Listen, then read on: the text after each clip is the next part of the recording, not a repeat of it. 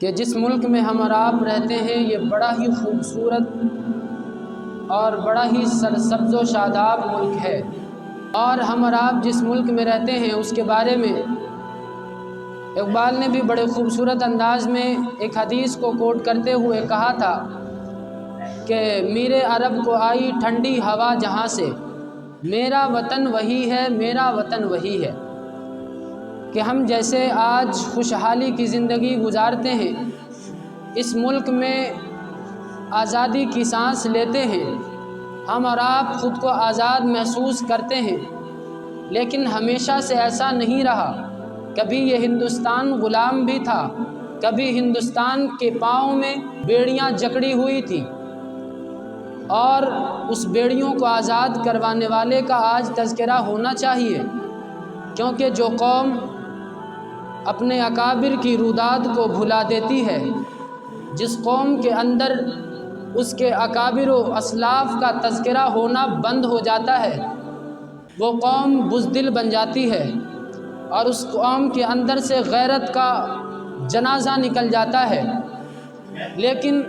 ہمارے اکابر کی تاریخ کو لوگ اس طرح مٹانے کی کوشش کر رہے ہیں کہ آج سے تقریباً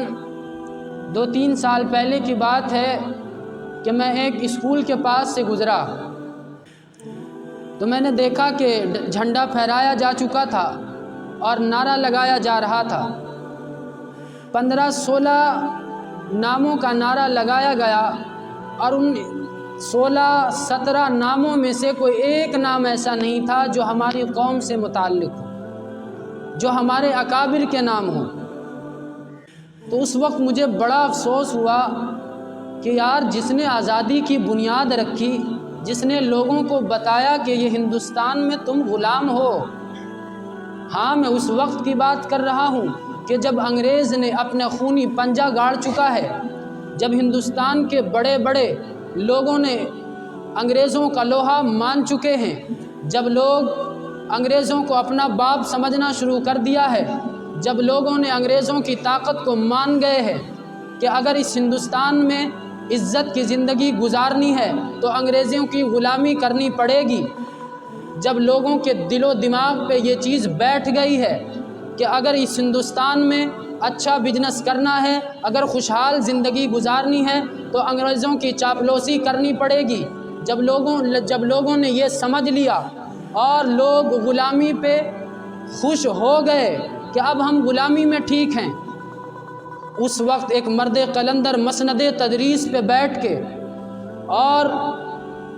کے یہ اعلان کرتا ہے، حالانکہ وہ جانتا ہے کہ اس وقت انگریز کے خلاف کوئی بات کہنا اپنی موت کو دعوت دینا ہے، لیکن وہ مرد قلندر اس زمانے میں مسند تدریس پہ بیٹھ کے اعلان کرتا ہے کہ آج سے میں فتویٰ دیتا ہوں کہ ہندوستان دارالحرب ہے، ہندوستان غلام ہو چکا ہے، اور ہندوستان میں رہنے والے لوگ انگریز کے غلام ہیں۔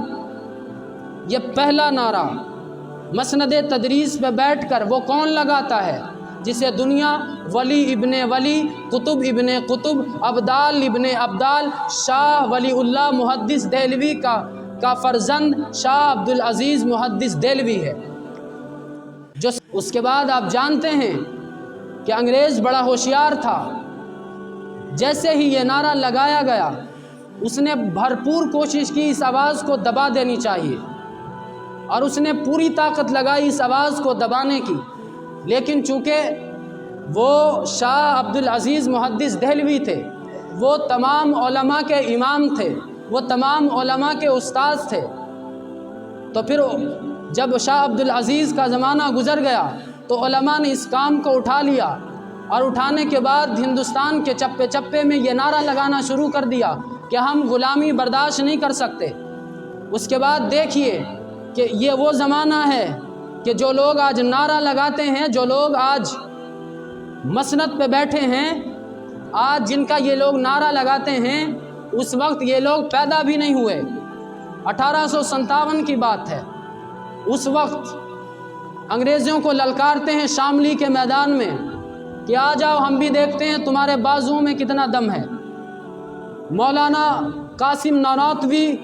اس جنگ کے کمانڈر ہیں، اور حاجی امداد اللہ مہاجر مکی اس وقت کے بڑے اللہ والے، ان کا چرچا پورے ہندوستان میں، انہوں نے اپنی ساری عزتوں کو پسے پش ڈال کے میدان میں آ گئے کہ ہم بھی لڑیں گے۔ اور لڑنے کے لیے انہوں نے جب میدان سج گیا، حافظ ضامن شہید ایک طرف کے کمانڈر ہیں، اور جب انگریزوں نے آمنے سامنے مقابلہ ہونا شروع ہوا،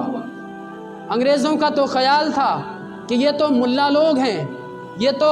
اللہ اللہ کرنے والے لوگ ہیں، یہ لوگ کیا لڑیں گے، لیکن انہوں نے لڑنے کا حق ادا کر دیا، اور انہوں نے بتا دیا کہ جب تک ہندوستان میں مسلمان زندہ ہے، جب تک ہندوستان میں علماء کی فوج زندہ ہے، اس وقت تک اس ہندوستان پہ کسی انگریز کا قبضہ نہیں ہونے دیں گے۔ اور دنیا نے دیکھا کہ ڈٹ کر لڑے، اور اس کے بعد وہ تو شکست اور فتح کی بات تو الگ ہے، لیکن ڈٹ کر لڑے، اور یہ پورے ہندوستانیوں کے دلوں میں یہ بات بیٹھا دی کہ انگریز کوئی خدا نہیں ہے، اگر تم لڑنا چاہو تو لڑ سکتے ہو۔ یہ بات کون بتاتا ہے؟ یہ بات علماء بتاتے ہیں۔ اور اس کے بعد کیا ہوتا ہے؟ اس کے بعد انگریزوں نے یہ مہم شروع کر دی کہ تمہیں جہاں بھی ٹوپی اور داڑھی نظر آ جائے گولی مار دو، پوچھو نہیں کہ کون ہے۔ تو آپ ذرا سا سوچئے، 1857 کا واقعہ ہے کہ جب دلی سے پشاور تک کوئی ایسا درخت نہیں ہے جس پر علماء کی لاش نہ لٹکی ہو، جس پر علماء داڑھی اور ٹوپی میں کوئی سر نہ لٹکا ہو۔ یہ وہ زمانہ ہے۔ تو پھر یہ انقلاب آیا جو آج ہمارے سامنے اور آپ کے سامنے ہے۔ صرف یہیں تک ہم نہیں رکے، اور ہماری تاریخ کو مسخ کیا جاتا ہے، اور لوگ ہم سے پوچھتے ہیں کہ تم ہو کون؟ اگر ہماری تاریخ جاننا چاہتے ہو تو سنو کہ جس نے ہندوستان کی آزادی کے خاطر مالٹا کی جیل میں کالا پانی کی سزا کاٹتا ہے، اس مرد قلندر کو محمود الحسن دیوبندی کہتے ہیں۔ اور آگے چلتے ہیں، ایک ایسی تحریک جس نے انگریزوں کے بنیاد کو ہلا کے رکھ دیا، جسے دنیا ریشمی رومال کی تحریک کہتی ہے۔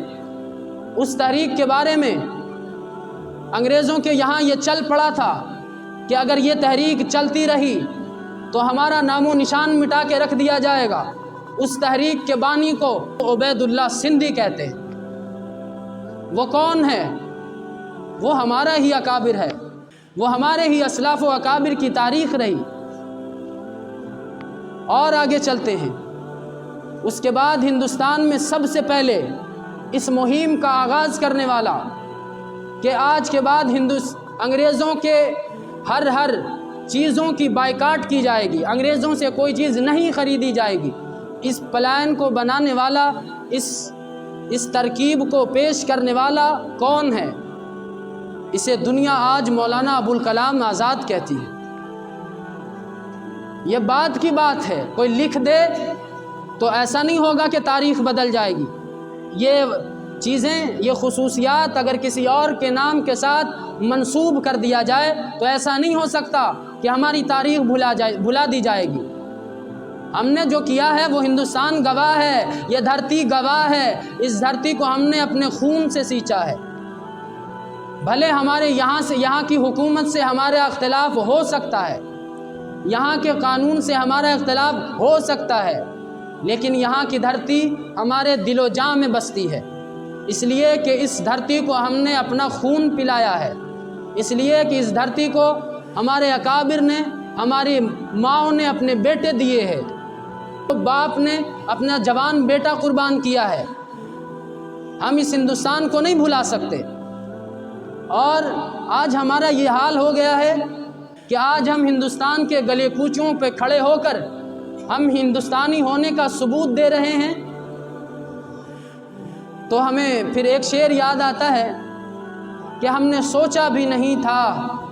کہ اے خاک وطن ایک دن ہم بھی تیرا مسئلہ ہو جائیں گے۔